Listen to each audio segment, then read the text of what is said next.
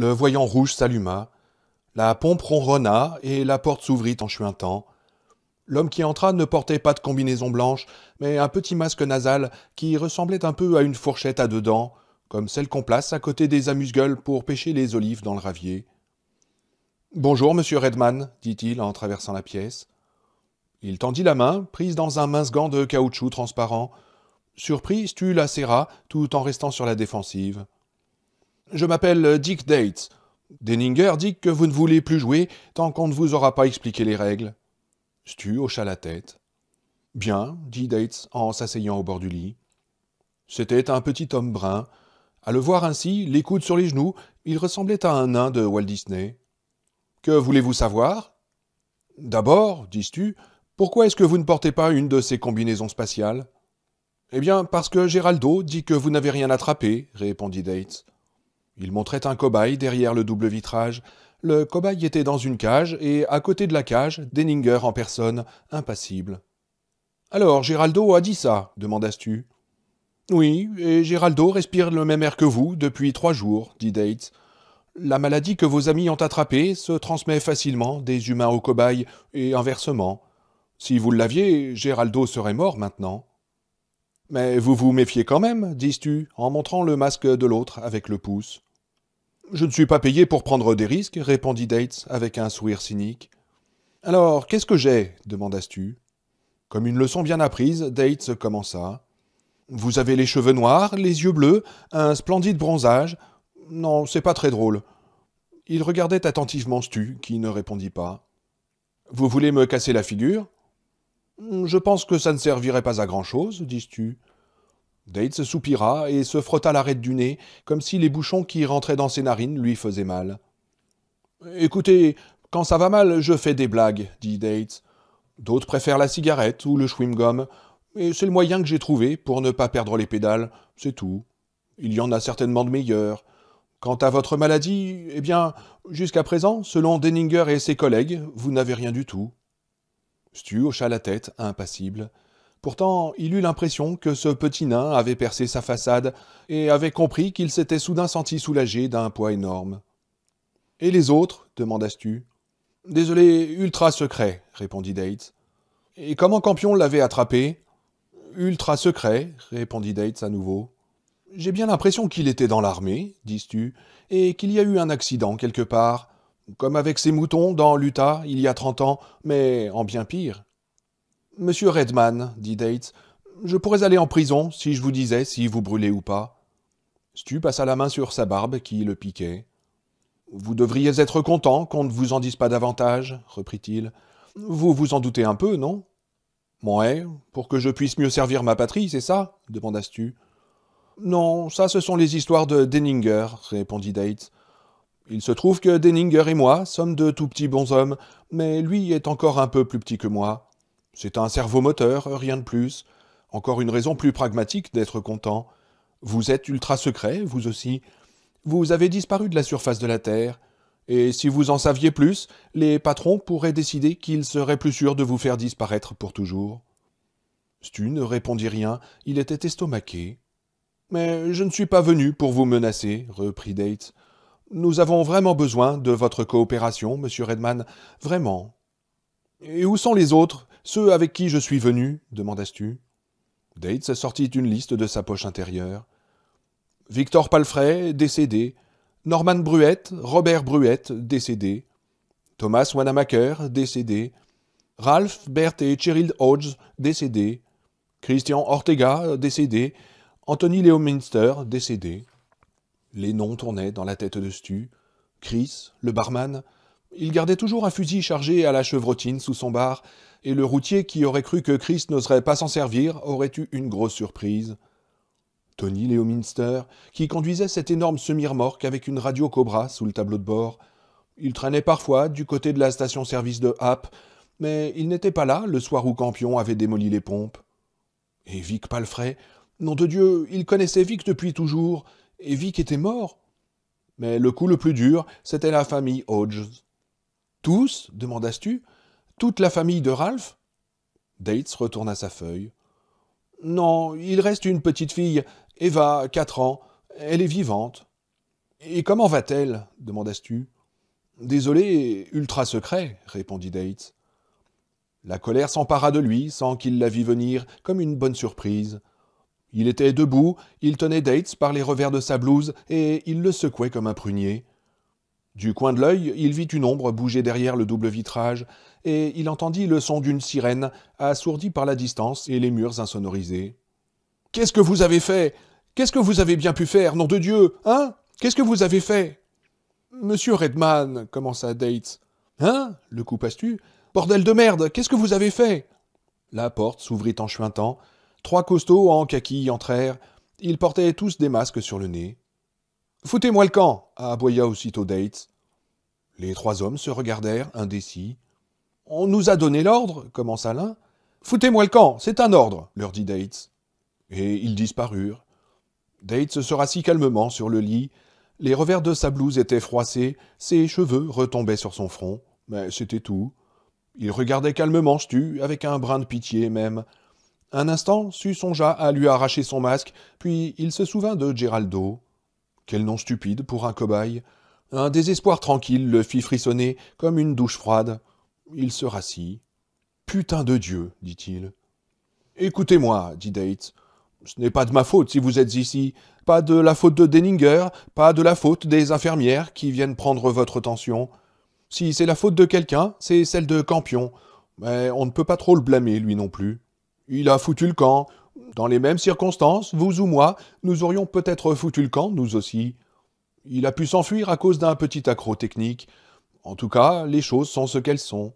Nous essayons de faire face à la situation, mais nous ne sommes pas responsables pour autant. « Alors, qui est responsable » demanda Stu. « Personne, répondit Dates avec un sourire. Les responsabilités sont tellement diffuses qu'on ne peut nommer personne. Un accident, qui aurait pu se produire de 1000 façons différentes. « Tu parles d'un accident, dis Stu.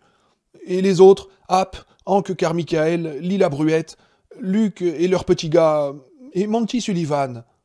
Désolé, ultra secret, dit Dates. Vous voulez me secouer encore un petit coup? Si vous croyez vous sentir mieux après, ne vous gênez pas. Stu ne répondit pas, mais son regard força Dates à baisser les yeux, et l'homme commença à tripoter les plis de son pantalon. Ils sont vivants, dit-il. Vous les verrez peut-être plus tard. Et la ville d'Arnett demanda Stu. La ville est en quarantaine, répondit Dates. Et qui est mort là-bas? Personne. Vous mentez. C'est dommage que vous pensiez cela. Et quand est-ce que je vais sortir d'ici? Je ne sais pas. Ah, c'est l'ultra secret, ça aussi. Non, nous ne savons pas, c'est tout. Apparemment, vous n'avez pas attrapé cette maladie, et nous voulons absolument savoir pourquoi. Ensuite, vous pourrez rentrer. Et est-ce que je peux me raser demanda Stu. Ça me gratte. Peut-être, si vous laissez Denninger recommencer ses examens, répondit Dates avec un sourire. Et alors, je ferai venir tout de suite un infirmier pour vous raser. Je peux le faire moi-même, dis Stu. Je me rase depuis que j'ai 15 ans. Dates secoua la tête. C'est malheureusement impossible. Ah, vous avez peur que je me coupe la gorge demanda Stu. Eh bien, disons que... Mais Stu l'interrompit en toussant violemment, une toux sèche qui le plia en deux. On aurait cru que Dates venait de recevoir une décharge électrique. En un éclair, il s'était levé, fonçait vers le sas, si vite que ses pieds ne semblaient pas toucher le sol. Il fouilla fébrilement dans sa poche, en sortit une clé carrée, et essaya de la glisser dans la serrure. « Oh, du calme, dis Stu, je faisais semblant. » Dates se retourna lentement, son visage avait changé. Ses lèvres tremblaient de colère, ses yeux le regardaient fixement. « Vous faisiez quoi ?»« Je faisais semblant, dis Stu avec un grand sourire. » Dates fit 2 pas hésitants dans sa direction. Ses poings se fermèrent, s'ouvrirent et se fermèrent encore. « Et pourquoi? Qu'est-ce qui vous passe par la tête ?»« Oh, désolé, ultra secret, dis Stu. »« Sale petit con, fit Dates. La stupeur avait rendu la voix de Dates presque douce. « Allez-y, dis Stu, allez-y. Dites-leur qu'ils peuvent faire leurs examens. » Il dormit mieux cette nuit-là qu'il ne l'avait fait depuis son arrivée, et il fit un rêve qui lui laissa un souvenir très vif. Il avait toujours beaucoup rêvé, sa femme se plaignait qu'il ne cessait de remuer et de marmonner dans son sommeil, mais il n'avait jamais eu un rêve comme celui-là. Il se trouvait sur une route de campagne, à l'endroit précis où l'asphalte noir cédait la place à des gravillons blancs. C'était l'été, et le soleil l'éblouissait. Des deux côtés de la route s'étendaient des champs de maïs vert à perte de vue. Il y avait un panneau indicateur, mais il était couvert de poussière et il ne pouvait le lire. On entendait des corbeaux croasser dans le lointain. Plus près, quelqu'un jouait de la guitare. Vic Palfrey jouait lui aussi de la guitare, un bel instrument. C'est là que je dois aller, pensait Stu dans son rêve. Oui, c'est vraiment là, c'est bien là. Mais quel était cet air joué à la guitare? C'était un air qu'il avait entendu du temps de son enfance, un air qu'il associait à un plongeon, à un pique-nique sur l'herbe, mais il ne se souvenait pas du titre. Puis la musique s'arrêta. Un nuage masqua le soleil, et Stu commença à avoir peur. Il sentait quelque chose de terrible, pire que la peste, qu'un incendie ou qu'un tremblement de terre. Quelque chose au milieu du maïs observait. Quelque chose de noir se cachait au milieu du maïs. Il regarda et vit deux yeux rouges étincelants, très loin dans l'ombre. Ses yeux le remplirent de cette peur paralysante et sans espoir que ressent la poule devant la belette. Lui, pensa-t-il, l'homme sans visage? Oh mon Dieu, non! Puis le rêve s'évanouit. Il se réveilla inquiet, troublé, mais soulagé. Il alla dans la salle de bain, puis se posta devant sa fenêtre. Il regarda la lune. Il revint se coucher, mais dut attendre 1 heure avant de se rendormir. Tout ce maïs, songeait-il, à moitié endormi. Sans doute l'Iowa ou le Nebraska, ou peut-être le nord du Kansas. Mais il n'avait jamais été là-bas de sa vie. Il était minuit moins le quart. Derrière la petite fenêtre du bunker, la nuit collait à la vitre. Dates était seul, assis dans une pièce minuscule, cravate défaite, col de chemise ouvert. Les pieds sur un bureau de métal anonyme, il tenait un micro. Sur le bureau, les bobines d'un vieux magnétophone Volinsac tournaient inlassablement. « Ici le colonel Dates, disait-il. Je parle de l'installation d'Atlanta, code PB2, rapport numéro 16, dossier projet bleu, sujet princesse prince. Ce rapport et le dossier sont ultra secrets, cote 223, pour information seulement.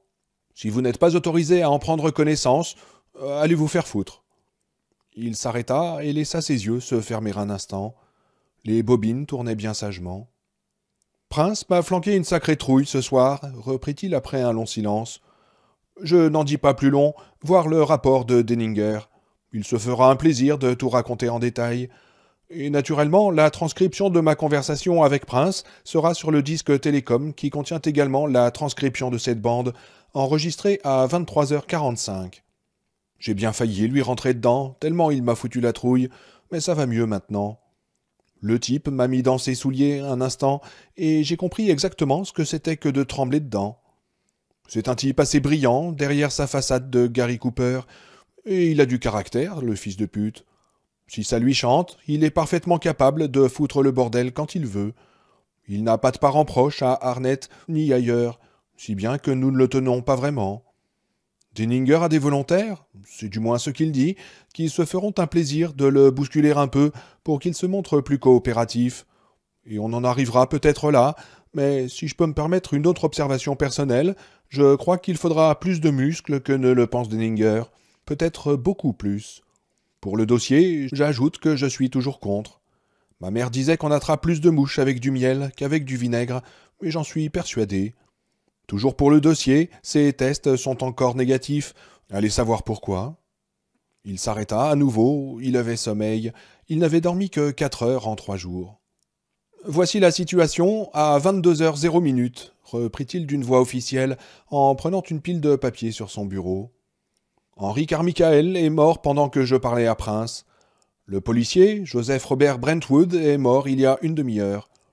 Cela ne figurera pas dans le rapport de notre bon docteur Denninger, mais il ne se sentait plus pissé avec celui-là. Brentwood avait brutalement réagi positivement au vaccin. Il cherchait dans ses papiers.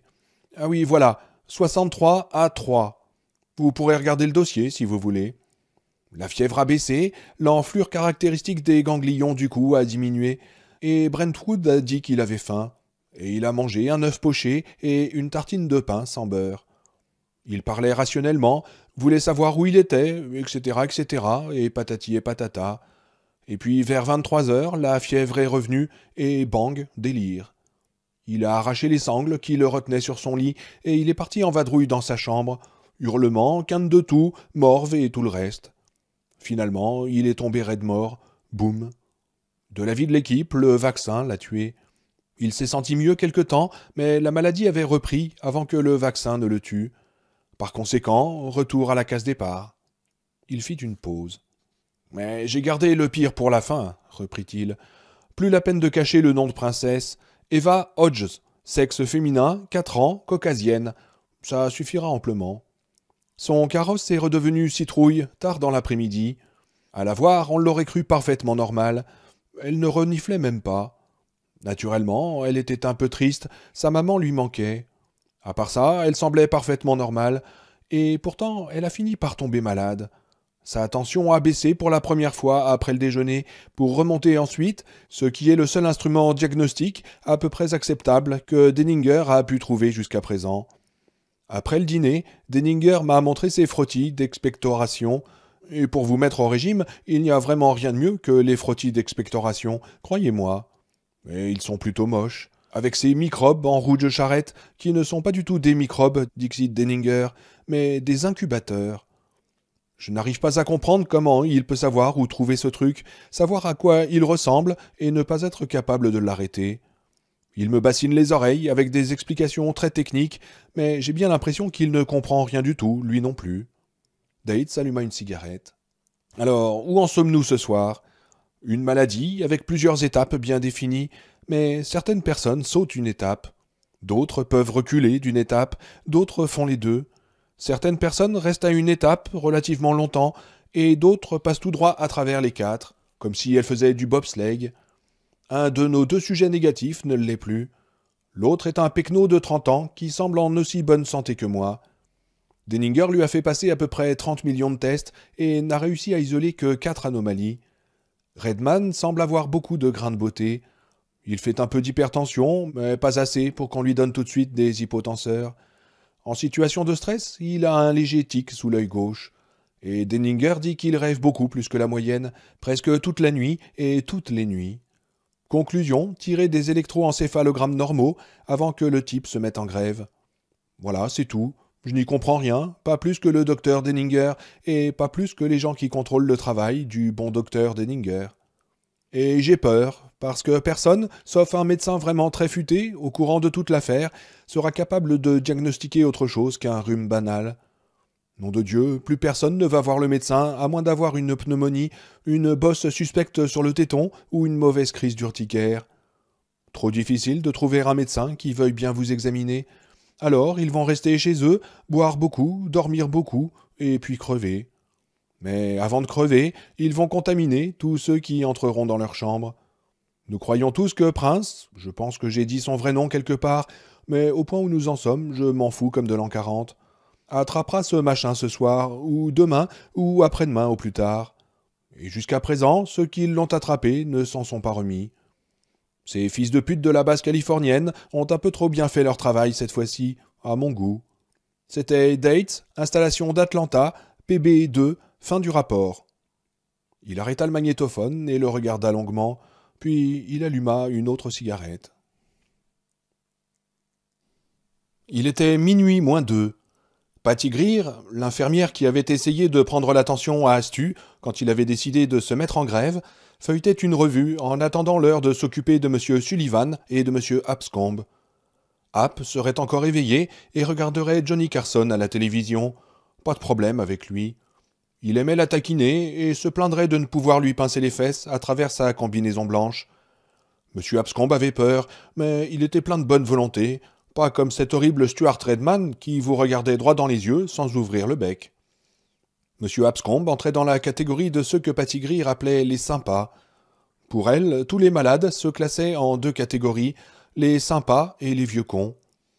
Patty, qui s'était cassé la jambe en faisant du patin à roulettes à l'âge de 7 ans et qui n'avait jamais passé depuis une seule journée au lit, n'avait que très peu de patience pour les vieux cons. Soit vous étiez vraiment malade et sympa, soit vous étiez un vieux con hypocondriaque qui ne pensait qu'à faire des ennuis à une pauvre fille qui devait bien gagner sa croûte. Monsieur Sullivan, lui, serait endormi et il se réveillerait de mauvaise humeur. Pourtant, ce n'était pas sa faute s'il fallait qu'elle le réveille, et Monsieur Sullivan le comprendrait sans doute. Après tout, il pouvait s'estimer heureux que le gouvernement le soigne aux petits oignons, et gratuitement par-dessus le marché. Et elle ne se priverait pas de le lui dire s'il recommençait à jouer les vieux cons ce soir. La pendule marquait minuit, c'était l'heure. Patty sortit de la salle des infirmières et prit le couloir jusqu'à la salle blanche où elle passerait à la désinfection avant qu'on l'aide à enfiler sa combinaison. À mi-chemin, son nez commença à la chatouiller. Elle sortit son mouchoir de sa poche et éternua 3 fois, pas très fort. Elle rangea son mouchoir. Préoccupée par ce monsieur Sullivan, qui ne lui faisait pas la vie facile, elle ne prêta pas attention à ses éternuements. Probablement un petit rhume des foins. Pas un instant, elle ne pensa à l'affiche qui disait en grosses lettres rouges dans la salle des infirmières « Signalez immédiatement à votre chef de service tout symptôme de rhume, même bénin ». Il craignait que ces pauvres gens du Texas, enfermés dans leur chambre étanche, ne répandent ce qu'ils avaient attrapé, mais elle savait aussi qu'il était impossible qu'un virus, même minuscule, pénètre dans les combinaisons blanches. Pourtant, elle contamina en chemin un infirmier, un médecin qui s'apprêtait à partir et une autre infirmière qui allait prendre sa garde de nuit. Une nouvelle journée venait de commencer. Le lendemain, 23 juin, une grosse continentale blanche fonçait sur la nationale 180 dans une autre région du pays. Elle faisait au moins du 150, peut-être du 160. Peinture étincelante, chrome scintillant, la lunette arrière renvoyait comme un miroir le soleil féroce. L'itinéraire de la Continentale avait été passablement sinueux depuis que Pock et Lloyd avaient tué le propriétaire de la voiture et sa petite famille. La nationale 81, puis la 80, ensuite l'autoroute, jusqu'à ce que Pock et Lloyd commencent à se sentir nerveux. Ils avaient tué 6 personnes en 6 jours, dont le propriétaire de la Continentale, sa femme et leur affreuse petite fille. Mais ce n'étaient pas ces 6 assassinats qui leur flanquaient la trouille, c'était la drogue et les armes. 5 grammes de hache, 8 kilos de marijuana, plus 2,38, 3,45, un Magnum 357, que Pock appelait son pokériseur, 6 fusils, 2 automatiques à canoncier et une mitraillette Schmeisser. L'assassinat dépassait quelque peu leurs compétences intellectuelles, mais tous les deux comprenaient parfaitement qu'ils auraient des ennuis si la police de l'Arizona les trouvait dans une voiture volée, pleine de cames et de pétoirs. Et par-dessus le marché, ils étaient recherchés d'un bout à l'autre du pays, en fait depuis qu'ils étaient sortis du Nevada. Recherchés par le FBI, Lloyd aimait assez l'expression « Flicaille d'élite, prends ça, espèce de rat, bouffe-toi un sandwich au plomb, poulet minable ». Ils avaient donc tourné au nord, à Deming, et se trouvaient maintenant sur la 180. Ils avaient traversé Hurley et Bayard, un autre bled à peine plus grand, puis Silver City, où Lloyd avait acheté des hamburgers et 8 milkshakes au chocolat. Et merde, pourquoi avait-il acheté 8 de ces saloperies? Ils allaient bientôt pisser du chocolat. Il souriait à la serveuse avec un air si absent qu'elle en avait eu la frousse pendant des heures. « J'ai cru que ce type aurait aussi bien pu me tuer », avait-elle dit à son patron. Après Silver City, Cliff traversait en coup de vent, puis la route obliquait à l'ouest, justement là où il ne voulait pas aller. La traversée de Buckhorn, et ils se retrouvèrent en pleine cambrousse, route à 2 voies au milieu des broussailles et du sable, décor de western à n'en plus finir, à faire vomir.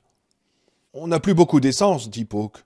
« On en aurait encore si tu conduisais pas si vite, répondit Lloyd. Il prit une gorgée de son 3e milkshake, s'étouffa, baissa la vitre électrique et jeta tout le stock qui lui restait, y compris les 3 milkshakes que ni l'un ni l'autre n'avaient touchés. « hurlait Pock, en donnant des coups sur l'accélérateur. La Continentale bondissait, ralentissait et repartait à toute allure. « Ouais, vas-y, cow-boy !» criait Lloyd. « faisait l'autre. « Tu veux fumer ?» demanda Lloyd. « On aurait tort de se priver, répondit Pock. Par terre, devant les pieds de Lloyd, 3 gros sacs à ordures de plastique vert, avec les 8 kilos de marijuana. Il plongea la main dans un sac, prit une poignée d'herbe et commença à se rouler un bazooka. La Continentale zigzaguait sur la ligne blanche. Arrête de déconner, cria Lloyd. J'en renverse partout. Oh, on peut se permettre d'en gaspiller un peu, dit Pock. Allez, Ouais, mais faut fourguer la camelote, parce que on va se faire piquer sinon. D'accord, mais c'était ton idée à la con, dit Pock. Il se remit à conduire normalement, mais il n'avait pas l'air très content. Tu disais pourtant que c'était une bonne idée avant, dit Lloyd. Ouais, reprit Pock, mais je savais pas qu'on allait traverser toute cette merde d'Arizona. On risque pas de se retrouver à New York en passant par là. Mais c'est pour semer les poulets, répondit Lloyd. Dans sa tête, il voyait s'ouvrir des portes de garage qui crachaient dans la nuit des milliers de voitures de police des années 40. Projecteurs balayant des murs de briques. Allez, sors de là, on sait que tu es là. Tu parles d'une merde, dit Poc, toujours maussade. Une vraie merde. Tu sais ce qu'on a, à part la cam et les pétoires? 16$ et 300 foutues cartes de crédit qu'on n'ose pas utiliser. Même pas assez de fric pour remplir le réservoir de cette grosse vache.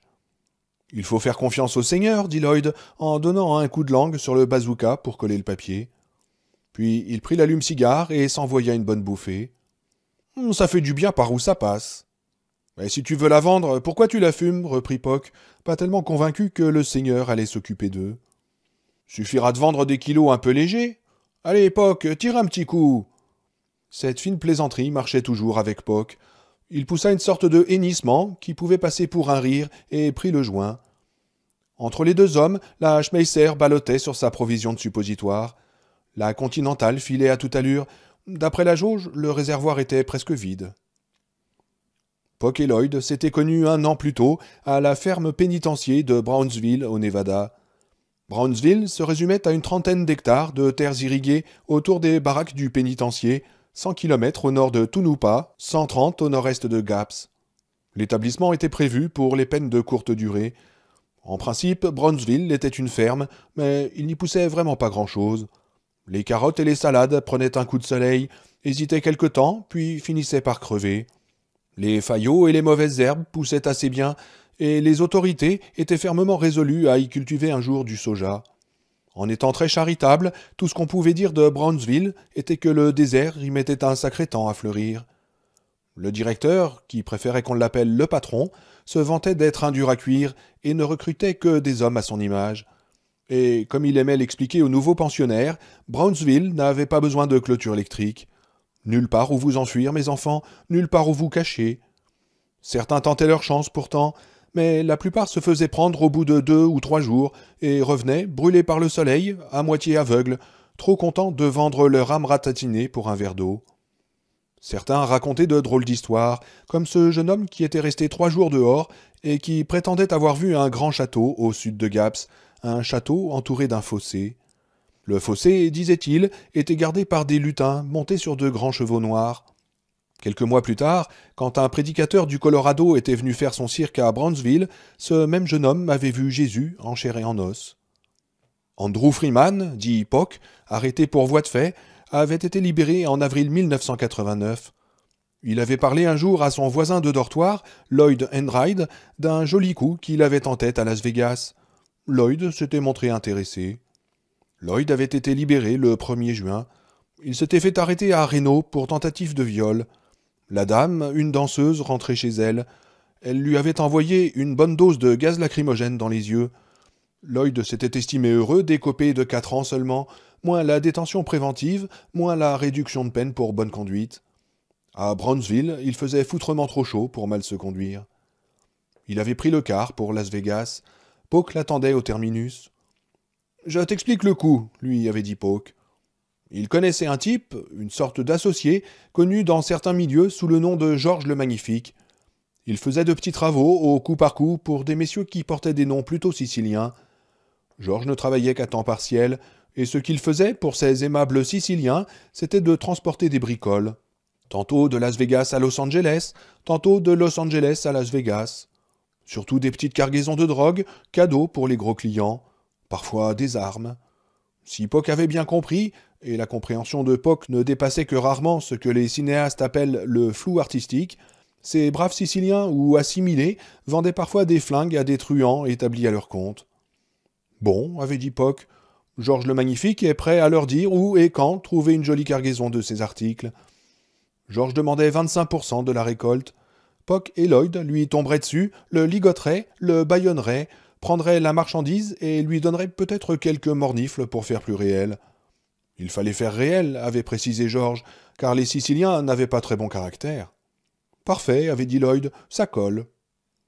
Le lendemain, Poc et Lloyd étaient allés voir Georges le Magnifique, 1m82, fort courtois, petite tête, bizarrement perché sur ses épaules d'armoire à glace, faute de cou, cheveux blonds, longs et frisottés.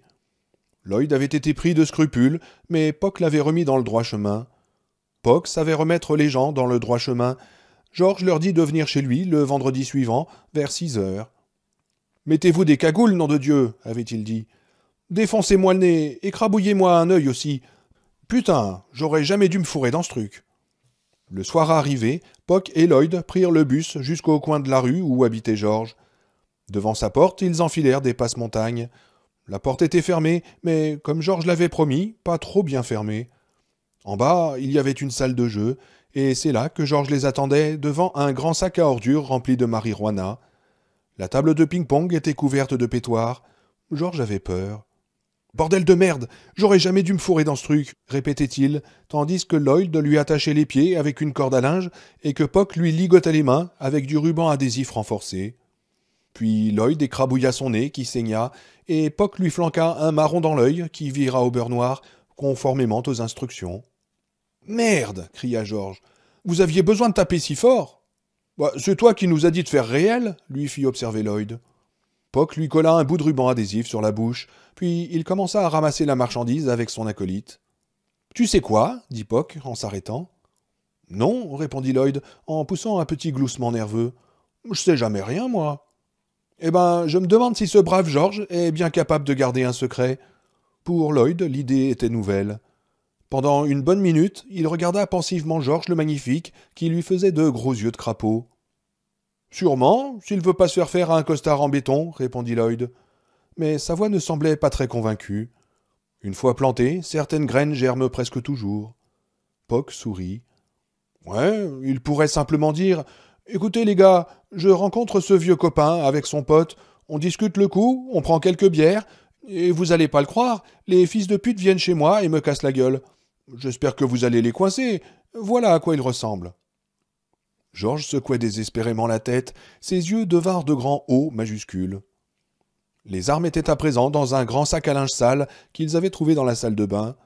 Lloyd souleva le sac, un peu nerveux, et dit « Alors, qu'est-ce que tu crois qu'on doit faire ?»« Je crois qu'il va falloir le pokériser, » dit Puck à regret. « Je vois pas d'autre solution. »« C'est quand même un peu vache, » dit Lloyd. « Lui qui nous avait mis sur le coup. »« La vie est vache, mon pote, » dit Puck. « Mouais, » soupira Lloyd en s'approchant de George. « faisait George en secouant frénétiquement la tête. « Je sais, » dit Puck pour le tranquilliser. « C'est vache quand même. Mais désolé, George, tu peux me croire. C'est pas que je t'en veux. Rappelle-toi bien ça. Allez, attrape-lui la tête, Lloyd. » Plus vite dit que fait, car George le Magnifique donnait de furieux coups de tête. Il était assis dans un coin de la salle de jeu, les murs étaient en béton. Et pourtant, il n'arrêtait pas de se taper la tête dedans, on aurait dit qu'il ne sentait rien. « Attrape-le » dit Puck d'une voix sereine, en déroulant un autre bout de ruban adhésif. Lloyd réussit enfin à le prendre par les cheveux et à le faire tenir tranquille suffisamment longtemps pour que Puck lui colle proprement le deuxième bout de ruban adhésif sur le nez, obturant de ce fait les narines. George perdit complètement la tête. Il roula par terre, essaya quelques cabrioles sur le ventre, puis resta là, à faire le gros dos par terre, en émettant des bruits étouffés qui, d'après Lloyd, devaient sans doute être des hurlements. Pauvre type. Il fallut près de 5 minutes pour que George finisse par se tranquilliser. Il rua, gigota et s'effondra. Son visage devint aussi rouge que la porte de la vieille grange de papa. La dernière chose qu'il fit fut de lever les 2 jambes de 15 ou 20 centimètres et de les laisser retomber par terre. Lloyd pensa à un dessin animé de Bugs Bunny ou quelque chose du genre.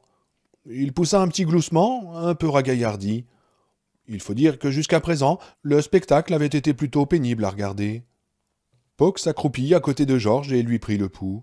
« Alors ?» demanda Lloyd. « Rien ne bat plus, comme on dit à Las Vegas, » dit Puck.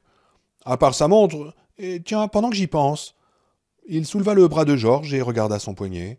« Oh merde, c'est une saloperie de Timex. Il aurait au moins pu se payer une Casio, ou quelque chose comme ça. » Et il laissa retomber le bras de George.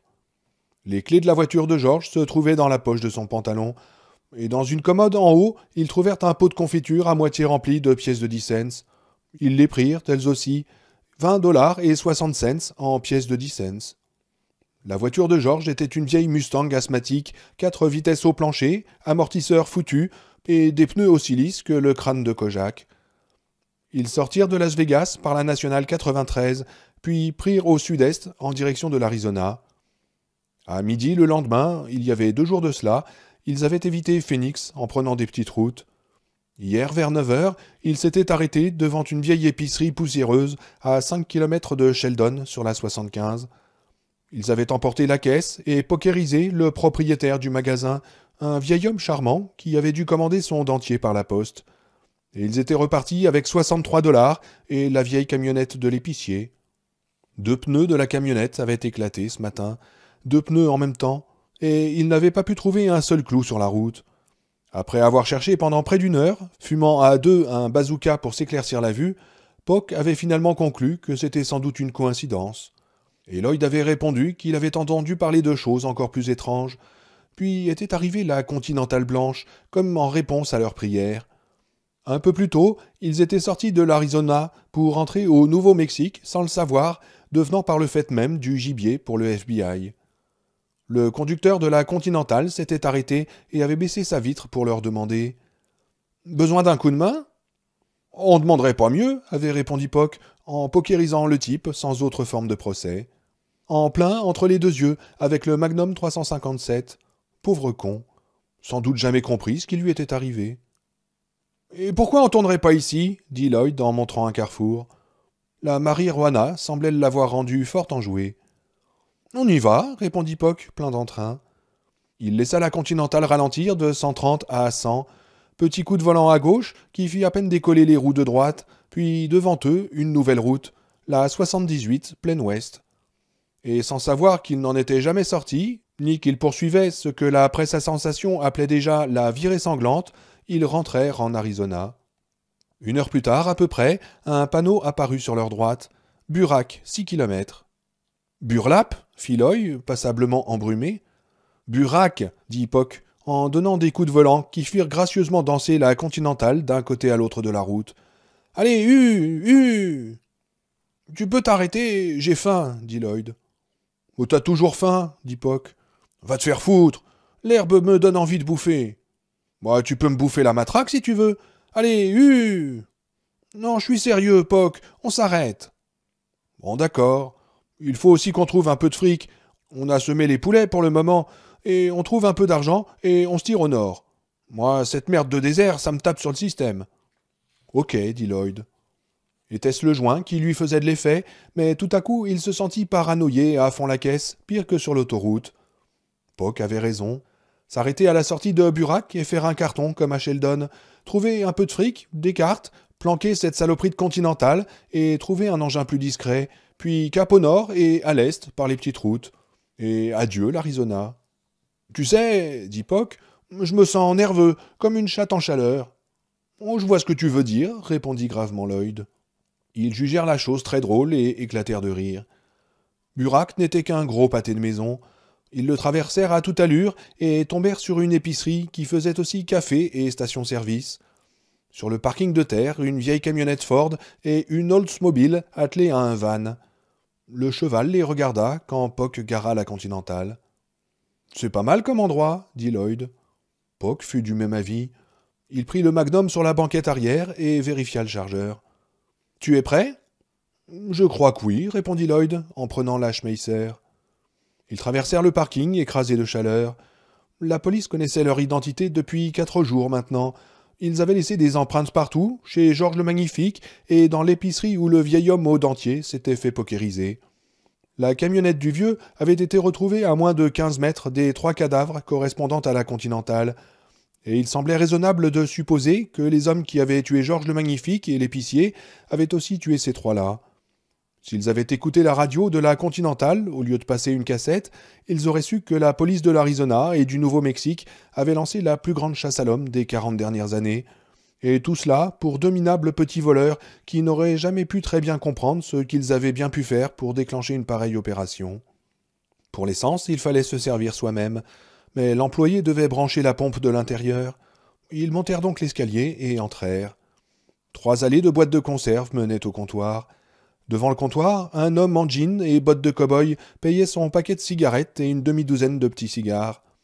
À mi-hauteur, dans l'allée du milieu, une femme aux cheveux noirs, les traits tirés, hésitait entre 2 marques de sauce tomate. L'épicerie sentait la réglisse, le soleil, le tabac et le vieux. Le propriétaire était un roux, chemise grise, et sur sa casquette on pouvait lire Shell en lettres rouges sur fond blanc. Il leva des yeux ronds en entendant la porte claquer. Lloyd pointa le canon de la Schmeisser vers le haut et tira une rafale au plafond. 2 ampoules explosèrent comme des bombes. L'homme aux bottes de cow-boy commença à se retourner. « Bougez pas, il n'y aura pas de casse !» cria Lloyd. Mais Puck le fit immédiatement mentir en faisant un trou dans la femme aux boîtes de sauce tomate. Elle en perdit ses chaussures. « Nom de Dieu !» hurla Lloyd. « T'avais pas besoin de... »« Je l'ai pokerisée, la vieille !» gueulait Puck. « Fini la télé pour elle. Youpi !» L'homme aux bottes de cow-boy continuait à se retourner. Il tenait son paquet de cigarettes dans sa main gauche.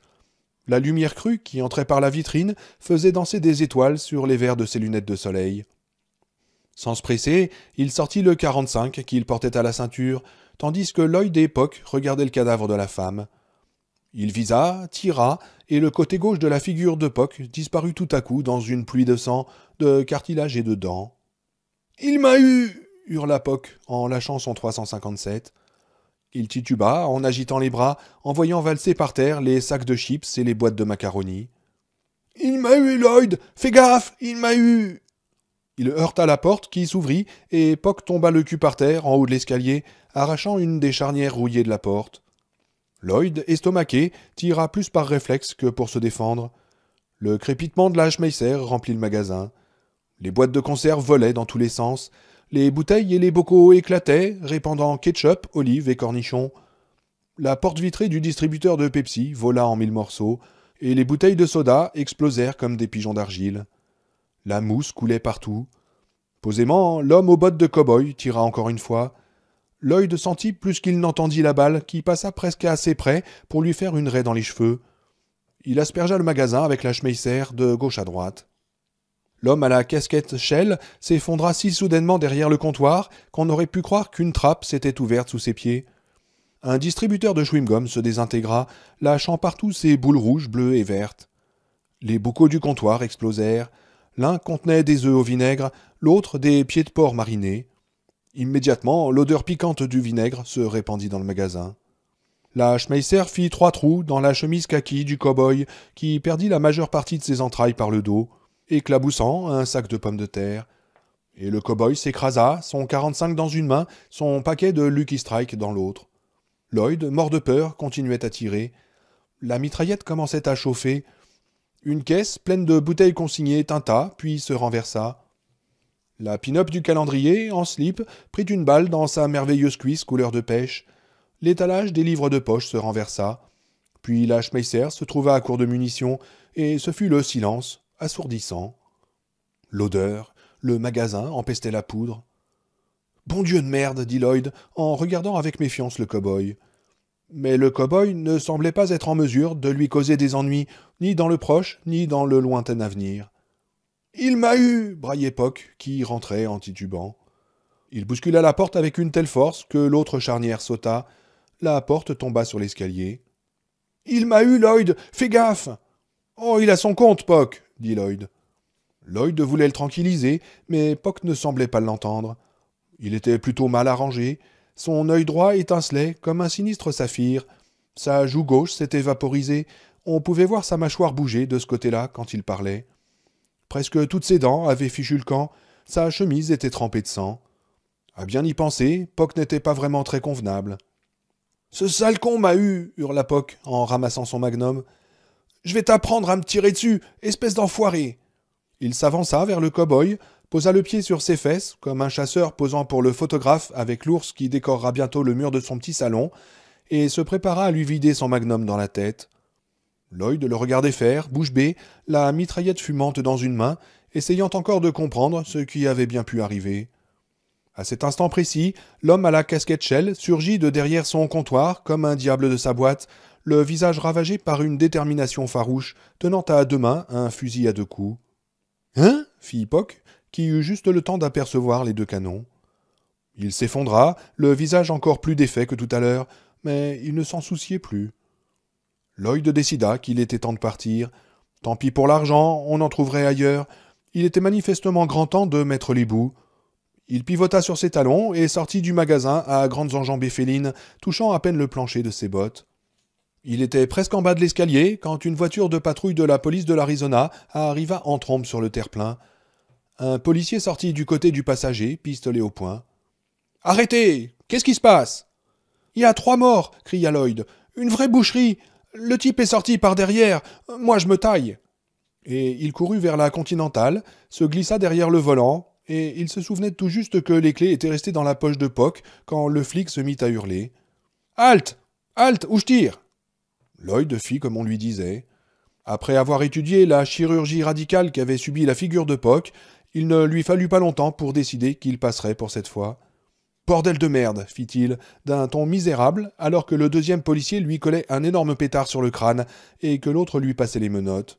« Allez, tu t'installes à l'arrière de la voiture !» dit le flic. L'homme à la casquette shell sortait, son fusil à la main. « Il a tué Bill Markson !» hurla-t-il avec une petite voix de tante. « L'autre a tué Madame Storm, et celui-là, je l'ai eu. Plus mort qu'un tas de merde.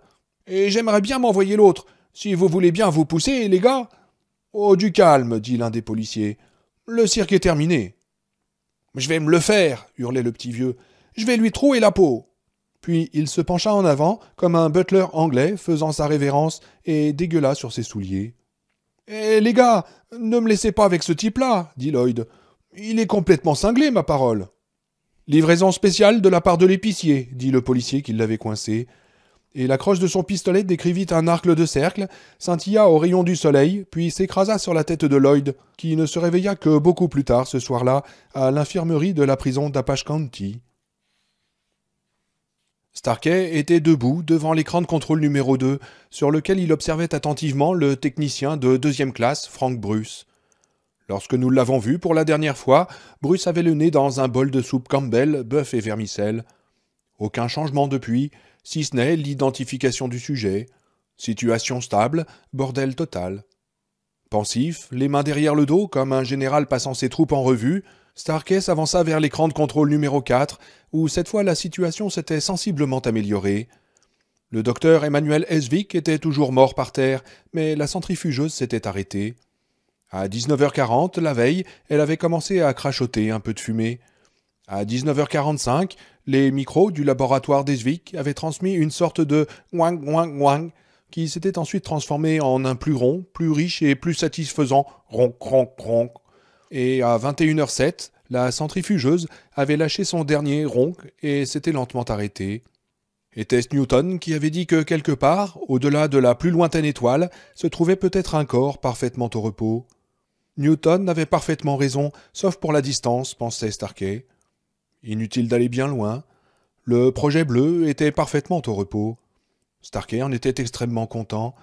La centrifugeuse avait été la dernière illusion de vie, et le problème qu'il avait demandé à Stephens de faire résoudre par l'ordinateur central, Stephens l'avait regardé d'un drôle d'air, comme s'il était fou, et oui, Starkey pensait qu'il l'était peut-être. Le problème était celui-ci. Combien de temps cette centrifugeuse continuerait-elle à tourner? La réponse, qui était arrivée au bout de 6,6 secondes, était la suivante. Plus ou moins 3 ans. Probabilité de défaillance dans les 2 prochaines semaines, 0,009%. Zone probable de défaillance, roulement 38%, moteur principal 16%, autre 54%. Pas bête du tout cet ordinateur. Starkey avait ensuite demandé à Stephens de lui poser une autre question sur la raison de la panne de la centrifugeuse d'Esvik. L'ordinateur s'était mis en communication avec la bande de données du centre informatique des systèmes techniques et avait confirmé que la centrifugeuse avait effectivement grillé ses roulements. Il faudra t'en souvenir, pensa Starkey, quand le bip de l'interphone se fit entendre. Juste avant de casser, un roulement fait ronc ronc ronc. Il s'avança vers l'interphone et appuya sur le bouton. « Oui, Len ?»« Billy, j'ai un message urgent d'une équipe qui se trouve à Sip Springs, dans le Texas. Presque à 650 km d'Arnett. Les gars veulent te parler, il faut prendre une décision. »« De quoi s'agit-il, Len ?» demanda Starkey d'une voix calme. Il avait pris plus de 16 tranquillisants depuis 10 heures et se sentait en parfaite forme, pas le moindre ronc. « C'est la presse, » dit Len. « Nom de Dieu, » dit Starkey doucement. « Passez-les-moi. » On entendit une salve de parasites étouffés et une voix qui parlait derrière, inintelligible. « Attends une minute, » dit Len. Les parasites disparurent lentement. Lion, groupe Lion, vous entendez, Basse Bleue? Vous entendez? 1, 2, 3, 4, ici groupe Lion. Je vous reçois, groupe Lion, dit Starkey. Ici Basse Bleue. Nom de code du problème, répondit l'interlocuteur. Pot de fleurs, dans le manuel des situations d'urgence, dit la voix. Je répète, pot de fleurs. J'ai compris, je ne suis pas idiot, répondit Starkey. Quelle est la situation? La voix, qui venait de Cypress Springs, parla sans s'arrêter pendant près de 5 minutes. La situation en elle-même n'avait pas d'importance, pensa Starkey, car l'ordinateur l'avait informé 2 jours plus tôt qu'elle allait se produire avant la fin du mois de juin, sous cette forme ou une autre. Probabilité de 88%, les détails n'avaient pas d'importance. 4 pattes et une trompe, et c'est un éléphant, pas besoin de regarder la couleur.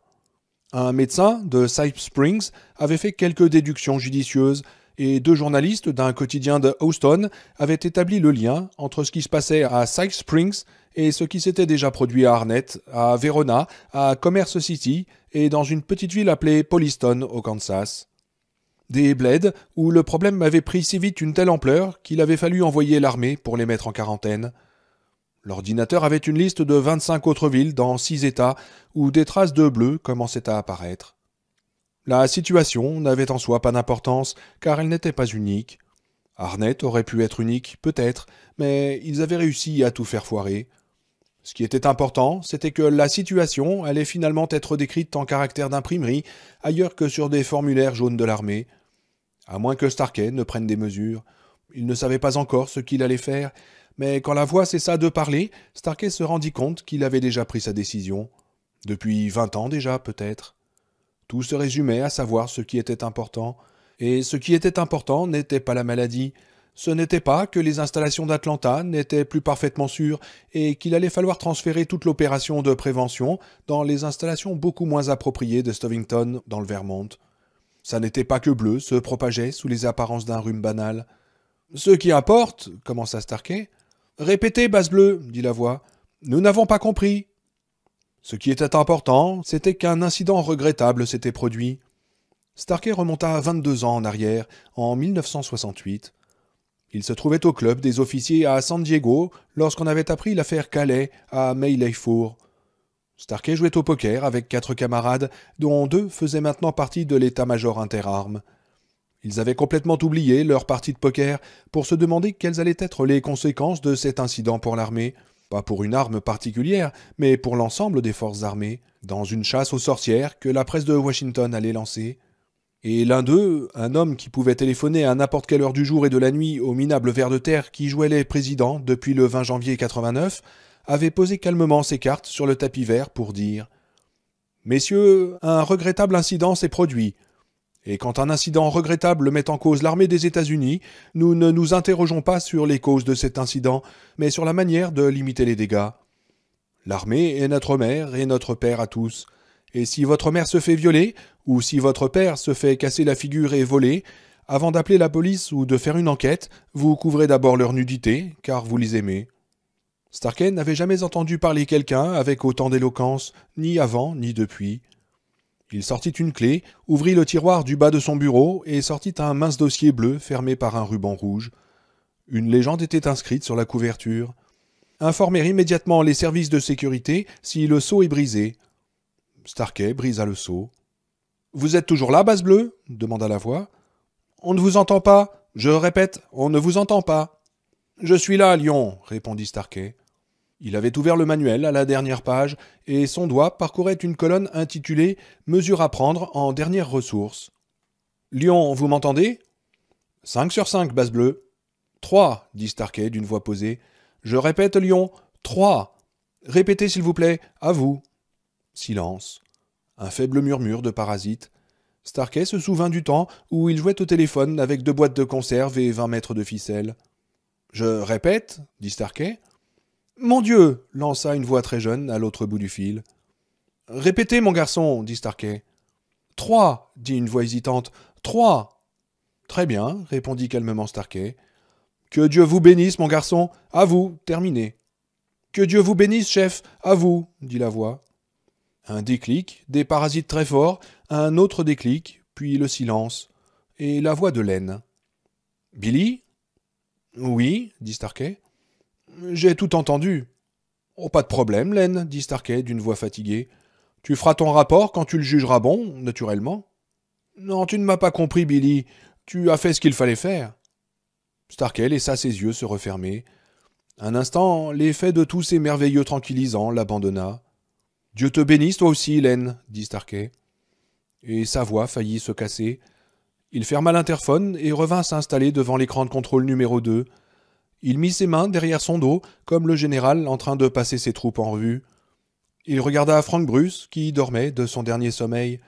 Quelques instants plus tard, il avait retrouvé son calme. Quand vous sortiez de Spice Springs par la nationale 36 en direction du sud-est, vous preniez un peu après la direction de Houston, un voyage d'une bonne journée. La voiture qui filait sur cette route était une grosse Pontiac Bonneville âgée de 3 ans. Elle roulait à 130, et derrière le sommet de la côte, quand le conducteur vit la Ford qui bloquait la route, ce fut presque l'accident. Le conducteur, un pigiste de 36 ans, qui travaillait parfois pour un grand quotidien de Houston, écrasa les freins. L'avant de la Pontiac fit un plongeon, puis commença à dévier sur la gauche. « Nom de Dieu !» cria le photographe, qui était assis à droite. Il laissa tomber son appareil photo par terre et se cramponna à sa ceinture de sécurité. Le conducteur relâcha le frein, évita la Ford en montant sur l'accotement, puis sentit que les roues de gauche s'enfonçaient dans la terre molle. Il écrasa l'accélérateur, et la voiture réagit aussitôt et remonta sur l'asphalte. Les pneus arrière lâchèrent 2 panaches de fumée bleue. Il écrasa les freins de nouveau, et la voiture s'arrêta en dérapant sous le soleil torride, en plein milieu de la route déserte. Il prit une profonde respiration, toussa plusieurs fois, puis la colère s'empara de lui, une colère froide. Marche arrière, et il recula vers la Ford et les 2 jeunes hommes qui se tenaient à côté. « Écoute, commença le photographe. Il était gros et il ne s'était pas battu depuis qu'il avait 12 ans. « Écoute, peut-être qu'on ferait mieux. » Sa ceinture de sécurité l'empêcha d'en dire plus quand le conducteur arrêta brusquement la Pontiac, mit d'un coup sec le levier de vitesse sur la position parking et sortit. Il s'avançait les poings serrés vers les 2 hommes debout à côté de la Ford. « Espèce de con !» hurla-t-il. « Vous avez failli nous tuer et... » Il avait fait 4 ans dans l'armée. Il eut juste le temps de reconnaître les nouveaux M3A quand ils les sortirent de la Ford. Stupéfait, il était debout sous le soleil du Texas. Il pissa dans son froc. Il se mit à hurler et crut être reparti en courant vers la Pontiac, mais ses pieds n'eurent jamais le temps de bouger.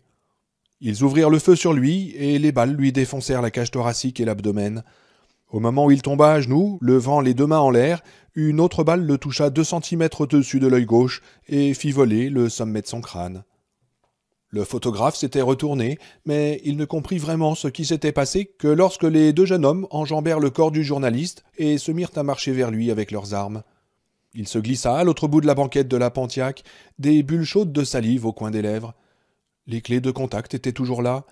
Il mit le moteur en marche et démarra en trombe au moment où il commençait à tirer.